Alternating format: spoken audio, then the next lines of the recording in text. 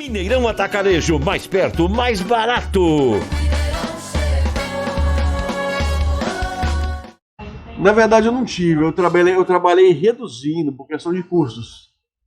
Se deixasse por mim, ele sairia com, sei lá, eu não conto páginas, eu conto palavras, né? Não sei se todo escritor é assim, mas quando você está lá no seu editor de texto e tal, você tem como você contar palavras. Sim. Então ele saiu em torno de 35 a 40 mil palavras, com tudo, né? De capa a capa. Então seria o tamanho de uma novela, né? Para você registrar lá na Biblioteca Nacional, seria o equivalente, o volume de uma novela. O volume de um romance tem entre 75 mil a 90 mil palavras. Era a minha intenção. Ah, sim. Mas como eu sou um autor iniciante e tal, eu falei assim, eu vou me perder no meio desse mar de informação, né? Corre o risco. Eu vou criar personagem que não vai ter link nenhum com nenhum outro. Vou deixar a história sem continuidade. Que a história toda tem que... Tudo que você criou, eu criei uma história aqui agora. Estou conversando com a Brenda, né? A Brenda não pode sumir da minha história. Eu tenho que encontrar com ela em alguma parte no final e ter um fechamento daquilo, né? Sim. Então tudo isso foi pensado, né? O romance seu é começo, meio e fim, ou ele deixa um gostinho para vai ter o número 2? Esse negócio tem continuação. Porque se vai falar, você tinha. Vai ter o número 2. É? Vai ter o número 2. Mas não tá no prelo ainda não, né? Não, tá não. Tá aqui. O subtítulo, né? O subtítulo foi, inclusive, essa amiga que a Leona, que eu conheci através da Leona, é porque as cartas de baralho ainda não tinha definido que cartas eram.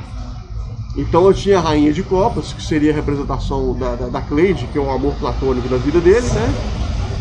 E no caso da Larissa, eu estava representado pela Rainha de Ouro. Aí ela falou assim, rainha não, porque rainha é uma pessoa mais velha, tem que ser uma princesa. Eu falei, não tem princesa, tem a dama. Ela falou, só se for a dama de paus. É lógico. Aí eu falei assim, olha, eu não consegui rir na hora, porque eu falei assim, se eu estiver rindo, ela tem toda a propriedade de rir, mas eu falei assim, eu gostei. Mas você achou que seria uma ofensa? Eu achei que seria uma ofensa, né? Aí eu falei assim, se eu colocar isso, eu falei assim, pode colocar, então eu coloquei, né? Isso mesmo. É o jeito de falar que vira ofensa ou não. Exato. Acho que nós ganhamos um elogio. Sabe? É importante. Depois, claro que eu vou ler o livro, né? Não li ainda. Mas a gente vai ter que ler. Somente artistas da nossa cidade, a gente tem escritor, artista, temos que valorizar cada vez mais. Aqui, eu quero que você me conte o seguinte. Você foi fazer um treinamento lá na MEP, na editora. Daí surgiu, pelo seu destaque lá, um convite para poder escrever. Você ficou surpreso na hora do convite? Você falou, não, eu não. Eu fiquei muito surpreso, tá? Relembrar que esse curso foi todo virtual, né? Por causa da pandemia, né? Todo feito pela plataforma deles lá no computador, né? E no início eu era só mais um no meio de tantos. E quando a gente começa a enviar, a subir os trabalhos, né? E eles começam a ler, eu imaginava assim, deve ter gente do Brasil inteiro, não vai ler o meu nunca, né? Esses trabalhos são os deveres de casa que eles passam, é isso? Exatamente. Então eu recebi o convite, né? Olha, eu gostei, podia desenvolver isso daqui, né? Aprofunda mais aqui e tal. Aí eu comecei a ter contatos com vários editores. O dia que a CEO, né, que a editora-chefe, a Thaís Patuzzi, mandou um e-mail e começou a conversar comigo pelo WhatsApp, eu falei assim, eu virei escritor. Eu falei assim, agora vai, né? Agora é pra frente. E eu tô com um contrato com eles por 5 anos. Ótimo. Né? Então, tudo que eu fizer daqui pra frente, a gente tem uma parceria aí de 5 anos. Perfeito, né? Feliz. Boa, isso é uma notícia muito boa. Porque de primeira já um contrato e ainda longo, né? No médio prazo. É verdade. Então, foi muito bom, muito gratificante, né? Fiquei muito surpreso, né?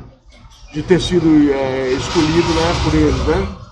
Aqui você tem um apelido também que é Tio Lu. Tio Lu. Isso é por quê? Olha... Relembre-nos. Vamos tentar lembrar, né? Os meus alunos me chamavam em sala de aula de Tio Lu, né? Você dava aula de quê? Dava aula de teatro, né? Alunos do teatro. Alunos do teatro. Então eles me chamavam de Tio Lu. Mas antes disso, lá na Rua da Torota, quando a gente brincava lá, que eu te falei com o Geraldão, né? Sim. Podia brincar na rua aquela podia época. brincar. Né? Os meninos também já me chamavam de tio Lu. Não sei o porquê, né? Assim, apelido a gente não escolhe, né? Não. Já para encerrar essa entrevista, que tá nota 10, você falou muito aí da sua fonte que você buscou para poder criar personagens da mulher trans.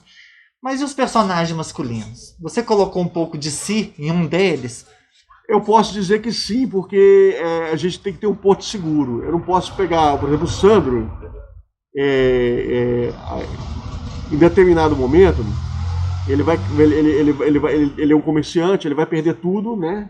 Ele é do ramo de eletrônica, a história se passa em Juiz de Fora, e ele precisa recomeçar a vida.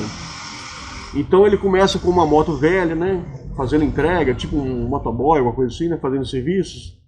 E depois ele consegue comprar uma Kombi. Então ele fala assim, eu não posso ir aonde um terreno que eu não conheço.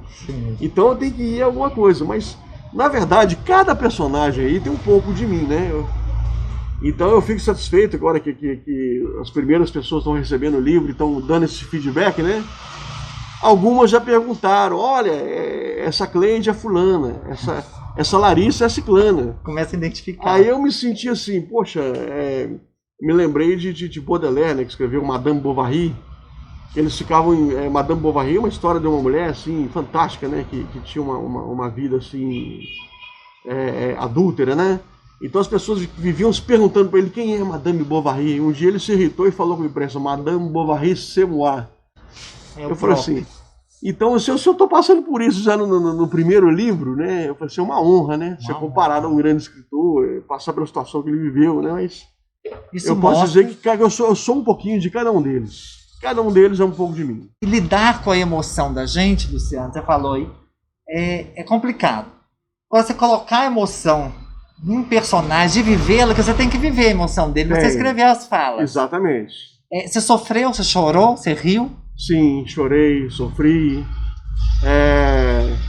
tive vontade de matar alguns, né? Você foi do assim, céu ao inferno. Exatamente, né? Igual o anjo estava ajudando Deus lá na analogia dele. Exatamente. E uma questão também que é subjetiva aqui, que é a questão de valores éticos e morais, né? O Sandro é um cara assim, sabe aquele cara assim, totalmente ético. Ele não para o carro em fila dupla, ele não para no estacionamento proibido, ele não atende o telefone dirigindo, e ele paga os impostos e tal. Só que a vida dele vai ser tão prejudicada, a certo ponto, que ele vai ser obrigado a cometer pequenos deslizes, né, até cair na contravenção. Nossa, mas que conflito vai ter? Ele vai lá no buraco, entendeu? E a Larissa também, que é a personagem trans, ela também passa por isso. Ela passa por um momento de ostentação. Eu te falei das meninas mais novas. Sim. Que elas gostam de roupas caras, marcas caras, relógios caros. Corpinho em cima. Então, às vezes, para esse tipo de sustentar esse tipo de vida, eles têm que cair, às vezes, na prostituição. Sim. Né? Então é o caso dela, né? Essa personagem, no caso, ela caiu na prostituição e não se deu bem. Então eles se encontram justamente no momento que os dois estão lá no buraco. Ele na contravenção e ela na prostituição, sabe? Então, aí eles começam a trocar ideia ali. E desse lodo vai surgir uma flor de lótus. Exatamente.